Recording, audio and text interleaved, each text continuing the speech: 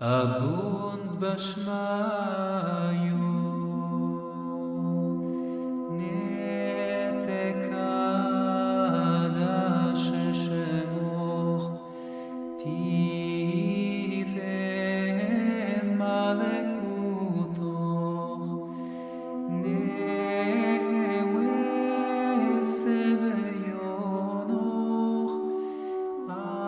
ayikano bashmayu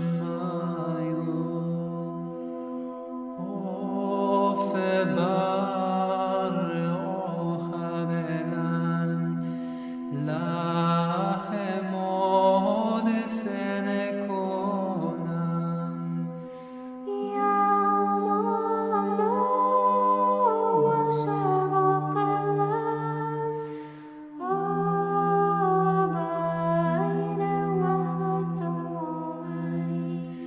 Aikeno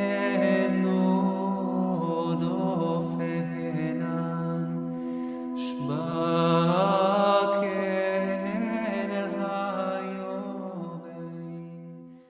O sea, no tiene la doctrina verdadera en algunos puntos. Sí, pues porque como cayó para algunos en la herejía, entonces no podían canonizarlo. Pero definitivamente no está canonizado oficialmente, pero yo sé de muchos estudiosos que le dicen San Orígenes. Yo tengo incluso, iba a traerlo, tengo un cuadro de Orígenes, yo lo venero como santo, aunque no está canonizado. Fue un gran hombre. La preexistencia de las almas, o sea, él decía que las almas, Dios las creó primero, de las almas humanas, y después cuando nace un niño, pues se le da un alma. Eso no se sostiene en una doctrina ortodoxa. Dios crea al momento del nacimiento de un niño el alma. No es que existan almas, un almacén de almas. Así decía Orígenes. Pero es que no había nada. Si antes él se atrevió a decir cómo fue la creación del hombre, entonces la preexistencia de las almas fue una. Otra, así se le llama en griego, pues hay que ponerlo así, apocatástasis, que significa restauración final. Dijo Orígenes que al final de los tiempos todos se iban a salvar. Quizá esta sea más grave, porque entonces ¿para qué trabajar por la salvación? Todos, incluido el demonio, decía Orígenes. O sea, Cristo vino a redimirnos a todos y al final de los tiempos hasta el demonio va a ser perdonado, redimido. Nosotros sabemos que la condenación es eterna y que hay muchos que se condenan. Por eso el trabajo pastoral para lograr la salvación. Decía, no es que él diga, yo voy contra el dogma, yo voy a decir esto. No había nada. Yo soy defensor de Orígenes, como se darán cuenta. Habrá otros estudiosos que dirán, es un hereje, no tiene ni por qué. No, es un gran, de hecho, en la iglesia se cita, hasta en la segunda lectura del oficio, seguido hay textos de Orígenes. El Papa seguido lo cita, con todos los papas. Benedicto XVI, cuando dio las catequesis los miércoles, cada papa elige un tema de catequesis. El Papa Benedicto eligió hablar de los padres de la iglesia, incluyó a Orígenes. De hecho, le dedicó 2 catequesis muy grandes a Orígenes. O sea, se incluye entre los padres de la iglesia aunque no sea padre. Y luego el Papa Juan Pablo II citaba mucho a Orígenes. Es que sus obras son maravillosas, sobre todo en el terreno de la Sagrada Escritura. Hay un autor de la Edad Media, San Erasmo de Rotterdam, que incluso llega a decir, yo saco más provecho leyendo una página de Orígenes que 10 de San Agustín. Es mucho decir, porque San Agustín es el gran doctor, el gran sabio, pero Orígenes pues, era un genio, así de sencillo. Lo vamos a conocer hoy en esta clase, su vida, y quizá lleguemos a algunas de sus obras y luego lo que dice de la doctrina eucarística. Pero él, sobre todo, hay que ubicarlo como gran biblista, conocedor de la Sagrada Escritura. Su especialidad era la Sagrada Escritura.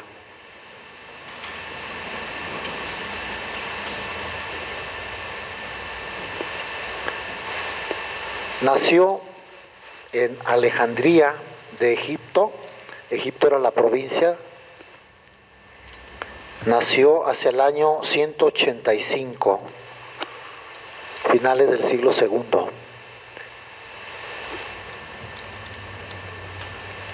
Nació de una familia cristiana, murió el 253, 185 a 253. ¿Cuántos años tendría cuando murió?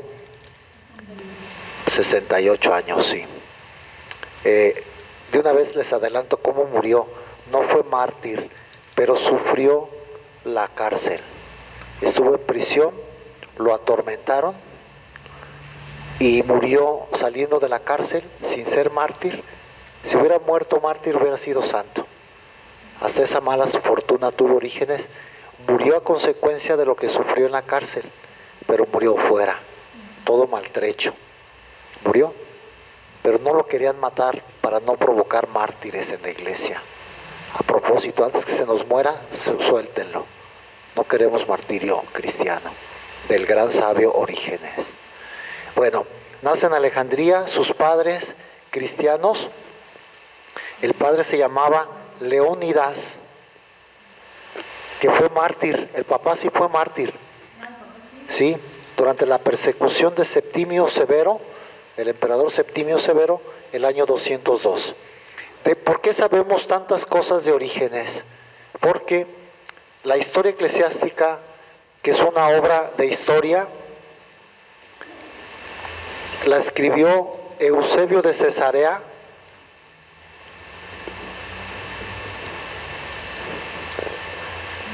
contiene muchos datos de Orígenes.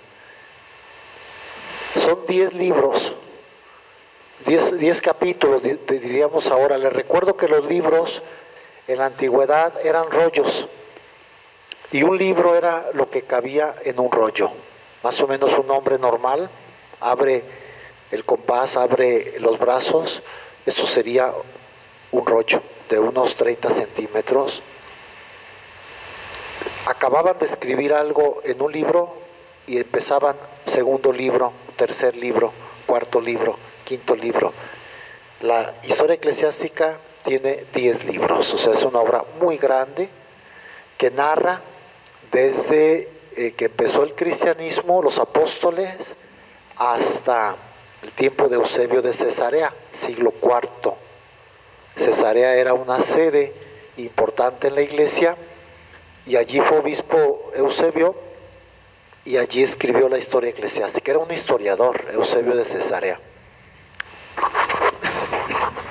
Muchos de los datos que conservamos de los padres de la iglesia es debido a Eusebio de Cesarea. Entonces, le dedica de 10 libros para 4 siglos, le dedica casi completo un libro a Orígenes. O sea, le da mucha importancia a Orígenes. Prácticamente todos los datos de Orígenes los da. Cómo se llamó su padre, etcétera. Todo esto que les voy a decir lo tomamos de la historia eclesiástica de Eusebio de Cesarea. Entonces nace de Leónidas, familia cristiana. Leónidas es mártir, llega la persecución a Alejandría de Septimio Severo, arrestan a Leónidas, lo encarcelan y muere mártir. Y estando pequeñito todavía, Orígenes quiso morir con su padre. Quería, yo también voy a morir por Cristo. Fíjesela, esto me recuerda un poco la historia de Santa Teresa de Jesús, que dicen que con su hermano Rodrigo se salieron un día vamos a misiones, vamos a evangelizar África. Y se conserva el caminito que hicieron los dos niños, pero ya había en su corazón lo que iban a hacer de grandes, anunciar a Cristo. Bueno, me recuerda, Orígenes quería morir mártir. Su mamá tuvo que esconderle los vestidos, su ropa, para que no se saliera a entregarse al martirio. Pero esto habla ya del espíritu que tenía Orígenes. Entonces muere su padre y él se dedica a cuidar a su familia. O sea, hace veces de padre. Cuando contaba con 18 años, el obispo de Alejandría le confió la dirección de la escuela. Era un muchacho tan formal, tan sabio, que fue el director de una famosa escuela catequética de Alejandría, que dio muchos frutos, muchos mártires, muchos obispos. Ahí se formaban en esa escuela catequética de Alejandría. El director más ilustre que tuvo fue Orígenes, desde muy joven. ¿Saben a quién suplió? A un padre de la iglesia llamado Clemente de Alejandría.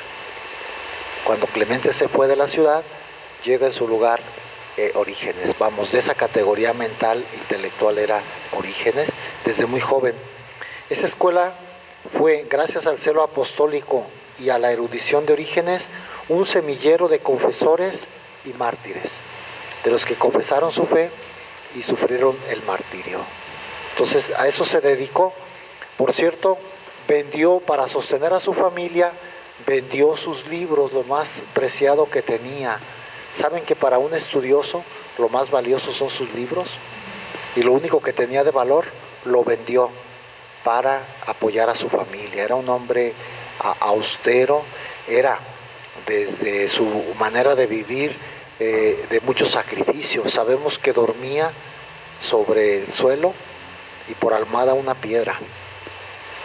Esos extremos que tienen los santos, ¿no? Para sufrir algo por Cristo. Comía, ayunaba con frecuencia, comía frugalmente.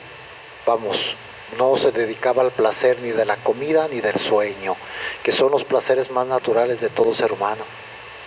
Pero él ya lo ofrecía a Cristo.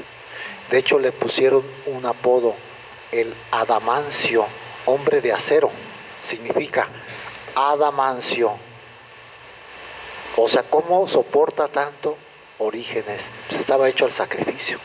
Era un héroe, pues, de la fe, desde muy joven.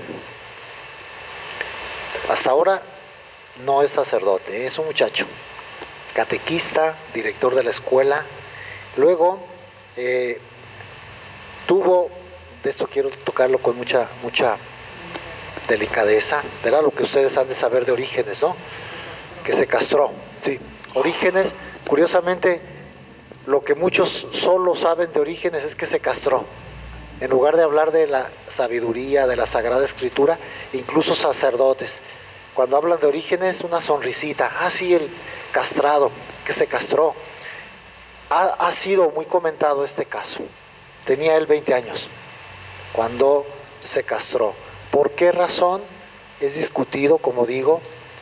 Mi opinión es, por lo que he investigado, leído y pues a grandes investigadores de él, fue por exceso de amor a Dios, exceso de celo. Señor, no te quiero ofender con impureza, prefiero vivir castrado, como los eunucos. Los eunucos se castraban para que los reyes les tuvieran confianza y ellos pudieran cuidar a las mujeres. Un eunuco era el esclavo de la reina, para que no hubiera tentación de impureza, pues. Entonces, Orígenes se castró en un exceso, interpretó, curiosamente, él es el rey de la interpretación alegórica, y este pasaje lo interpretó literalmente, un pasaje de San Mateo. Hay eunucos que se hacen por el reino de los cielos. ¿Se acuerdan de esa expresión? Que se hacen por el reino de los cielos. Entonces dice, yo voy a ser eunuco por el reino de los cielos. Y fue un sacrificio que tuvo que hacer. Esa es la opinión más. Porque él más adelante incluso dice eso, fue un exceso de celo. O sea, él mismo dice, no lo debía haber hecho, la regué, me excedí, ¿no? Eso es una interpretación. Otra interpretación es que como en la escuela de catequesis había alumnas para que los esposos y hijos o lo que sea no tuvieran desconfianza. Siglo III estamos, fíjense, ya había la pasión pues ha sido tan grande y era normal, y luego estamos en el norte de África. Son temperamentales los africanos, ¿no? El Mediterráneo, el sol, y un hombre sano, pues lo más normal es que tuviera aventuras, o no sé, además no era casado, no tenía compromisos. Es posible que por esa razón, para que tengan confianza, yo solo me voy a dedicar a la palabra de Dios. Fue un exceso de celo y se castró. Después le trajo problemas. Su propio obispo, no se conocía, era un dato secreto, pero después su obispo, en un acto como de ataque contra Orígenes, pues lo dio a conocer. Vamos por partes, quién era el que lo dio a conocer. Entonces, seguía instruyendo, y aparte, aquí dice, aquí lo pongo, interpretando literalmente las palabras del Evangelio. Algunos se hacen eunucos por el reino de los cielos. Su ascetismo era muy riguroso, le llamaban el adamancio. Luego realizó en esta etapa de su vida en Alejandría numerosos viajes para difundir el cristianismo. Curioso que un muchacho, un joven laico, no era ni sacerdote ni obispo, lo llamaban a distintas partes del mundo para que diera conferencias, lo que ahora se dice, diera a conocer el cristianismo en un ambiente pagano. Sabemos de sus viajes a Roma, nada menos, a la capital del imperio, fue a hablar de Cristo, Arabia, Grecia.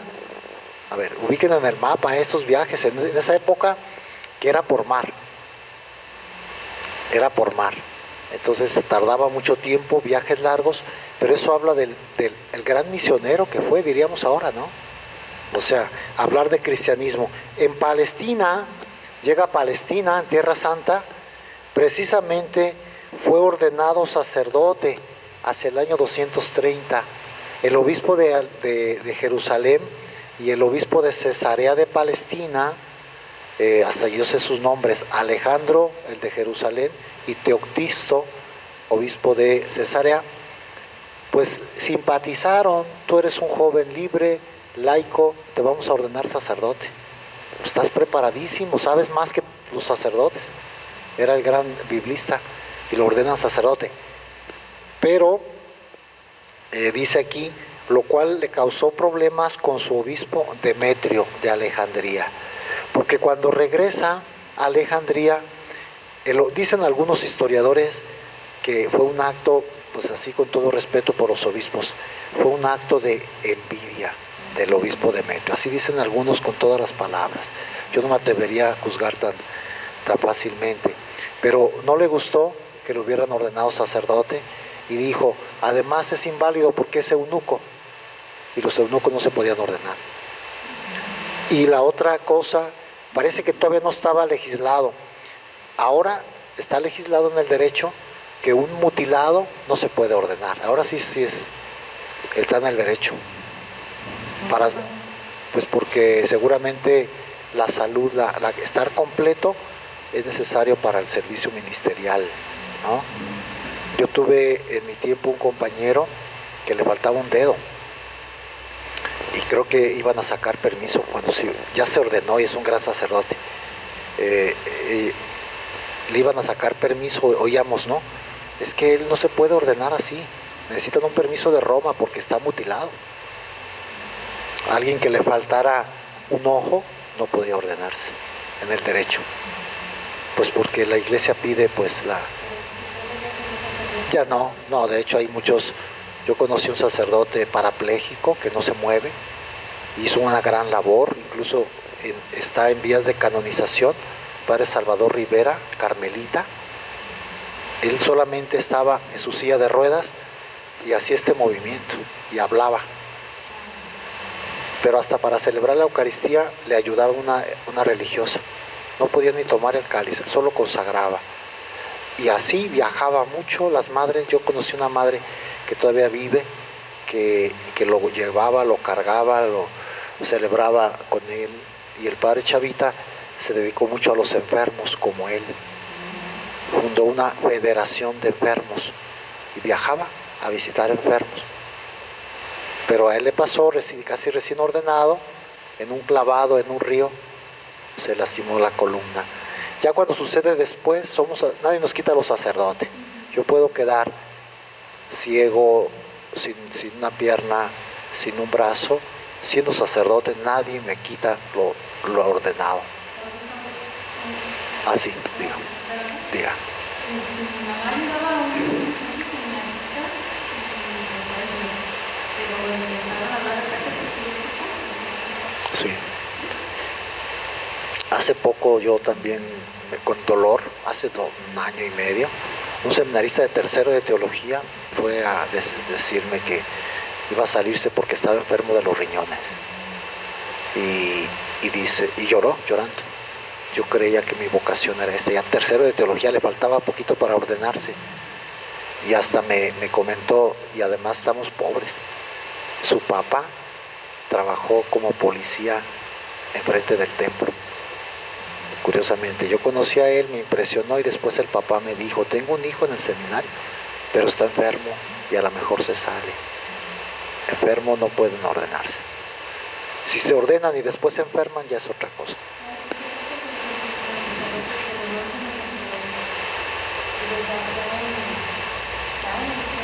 Bueno, algún tiempo, son sacerdotes, nunca se les quita. Algún tiempo el Papa Juan Pablo II dio dispensas, creo que ahora no dan dispensas. El que se sale queda sin comunión sacramental, pues, o sea, vive fuera de la gracia de Dios. No, depende. Si es una falta gravísima de herejía, sí lo pueden excomulgar, pero no, excomulgado no. Es decir, es parte de la iglesia, pero no puede acceder a la comunión sacramental, porque generalmente viven en unión libre, porque se salen por eso, la mayoría, no es que se salgan por amor al arte o a otra cosa, a dedicarse, es por una persona, casi siempre es porque quieren ser casados, pues. Por eso hay que orar mucho por el celibato sacerdotal, que hay que conservarlo, es un tesoro que tenemos que cuidar mucho. Bueno, Orígenes, sí.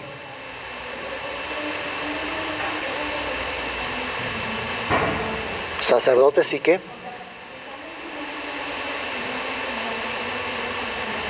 Porque esa es la norma de la iglesia, que necesitan estar sanos.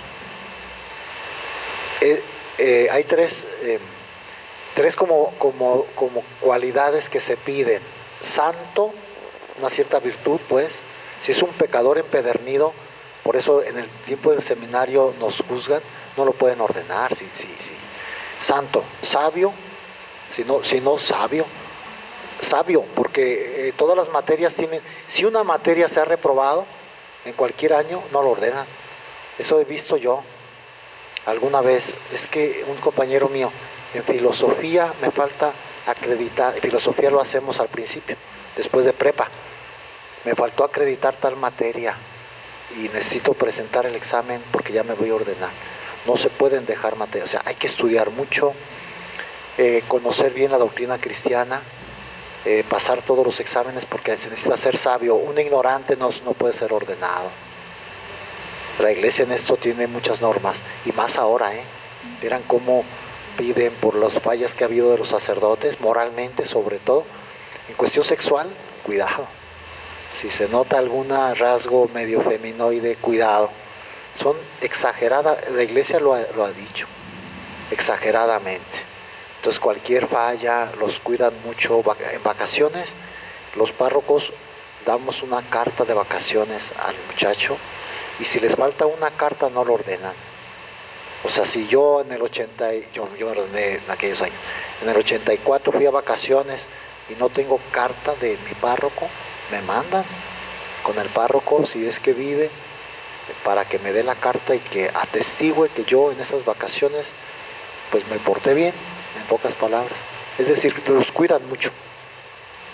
Santo, sabio y sano para ejercer el ministerio. De hecho, ha habido quien conocía a un muchacho que estaba tartamudo, dieron tratamiento antes de ordenarlo, porque no, ¿cómo con esa pobre? Y creo que sí, he preguntado por él, no, pues no se alivian, es decir, mejoró un poco, pero pues no se le entiende nada, qué pena, ¿verdad? Entonces, exige la iglesia a sus candidatos pues que tengan esas ciertas características. Bueno, entonces, Orígenes todavía no había derecho canónico, pero regresa y su obispo Demetrio dice, tu ordenación no es válida, porque eres eunuco, y aparte, porque no me pidieron permiso a mí. Y es que eso sí siempre ha estado, cuando alguien se va a ordenar, se necesita que el obispo propio, si lo va a ordenar otro obispo, el obispo propio autorice, eso es de elemental orden, ¿no? Se llaman ahora cartas dimisorias, o sea que un obispo está estudiando un muchacho de Culiacán y lo va a ordenar el obispo de Guadalajara diácono. El obispo de Culiacán tiene que enviar cartas dimisorias que está de acuerdo y que autoriza la ordenación. A Demetrio no le mandaron cartas dimisorias, es decir, aquellos obispos, Alejandro y Teoctisto, emocionados con su Orígenes, lo ordenan sacerdote. Entonces regresa y le hace la vida imposible, convoca sínodos Demetrio para deponerle del sacerdocio. Tu sacerdocio no vale. Y no solo eso, prácticamente lo expulsa de la ciudad. Se tiene que ir Orígenes de su querida Alejandría. Esa marca una segunda etapa de la vida de Orígenes. Primero Alejandría, con la escuela, con sus viajes, y después en Cesarea. ¿A dónde se va? A Cesarea. No tenemos mapas, pero Cesarea está un poco al sur de Jerusalén, poco. Es una ciudad, fue una ciudad siempre muy importante. En la actualidad sigue siendo una ciudad importante, no, ¿cómo se dice así? Sofisticada, parece Europa, todo carísimo. Un café en Cesarea es ir como, no sé, a Las Vegas acá o a Miami, allá en Tierra Santa. Tierra Santa, Jerusalén mismo no es caro, no, es una ciudad pues corriente. En cambio Cesarea está bien cuidada. En Cesarea hay museos, hay librerías, hay cafeterías, hasta la fecha. Toda la vida ha sido importante Cesarea. Sí. Sí, está cerca de Tel Aviv, y aparte, allí, entre otras cosas valiosísimas, está un pilar, una columna que atestigua que ahí vivió Poncio Pilato. Por la costa, cerca de Jerusalén, está Cesarea. Ahí vivió Pilatos, allí se fue Orígenes, porque lo apoyaban los obispos de allá. No te quieren en Alejandría, vente con nosotros. Y allá creo que sí siguió ejerciendo el sacerdocio. Ya pudo predicar en la liturgia, y allá sí fue reconocido, pero tuvo que dejar Alejandría con dolor, ¿no? Yo estuve en Alejandría, y déjenles comparto que estuve donde era el faro, ya no existe el faro de Alejandría, una de las 7 maravillas. 2 maravillas del mundo había en Alejandría: el faro y la biblioteca. La biblioteca la destruyeron. No, nomás se sabe el lugar. Va uno por el malecón y dicen, ahí estaba el faro. El mar Mediterráneo, ¿no? Precioso. ¿Qué evoqué yo cuando estuve en ese lugar? A Orígenes. Y yo decía, de aquí, cuando se tuvo que ir a Cesarea, de aquí tuvo que haber partido, pues las aguas son las mismas, pues vamos. Este mar fue el último que vio cómo vería el barco dejando Alejandría atrás, porque le tuvo que haber dolido mucho. Donde dio tanto, final, es como a un sacerdote que su obispo lo corra, Debe ser muy duro. Sin embargo, ahí se ve la grandeza de un hombre. No se deprimió, no dijo yo ya no trabajo por Cristo, ni por la iglesia, ni por los obispos. En Cesarea fundó una escuela que dio muchísimo fruto, que fue como una sucursal de Alejandría. De hecho, hay 3 grandes escuelas en la antigüedad, escuelas teológicas. Se las recuerdo ahora por si no las habían oído. Alejandría, de donde fue director Clemente y Orígenes. Cesarea, que fundó Orígenes. Estas dos están muy unidas, tenían el mismo sistema, el mismo plan de estudios, con distintos alumnos, pues, de otra parte del mundo, ¿no? Y la otra es Antioquía. Eran 3 grandes escuelas de teología y de interpretación de la Escritura. Y la característica de la escuela de Alejandría y de la escuela de Cesarea, que era sucursal, era la interpretación alegórica. Tomaban el texto, pero no le daban un sentido literal, sino ¿qué quiere decir? Sí, buenísimo. Nosotros usamos el sentido alegórico, la iglesia se benefició. Esa fue una aportación de Orígenes. Orígenes decía que tenía 3 sentidos la escritura. Uno, el literal, otro, el moral, y otro, el espiritual. 3 grados.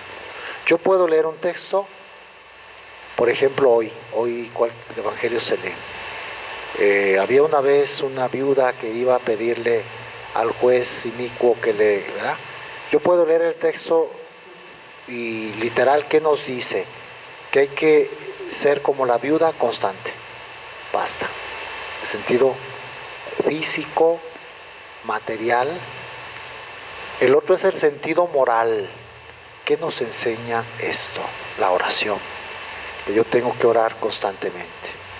Pero hay otro grado, el espiritual, que es más místico. No sé aquí qué podría yo decir. Confiar en Dios, en que me va a escuchar, me uno a Él, me santifico.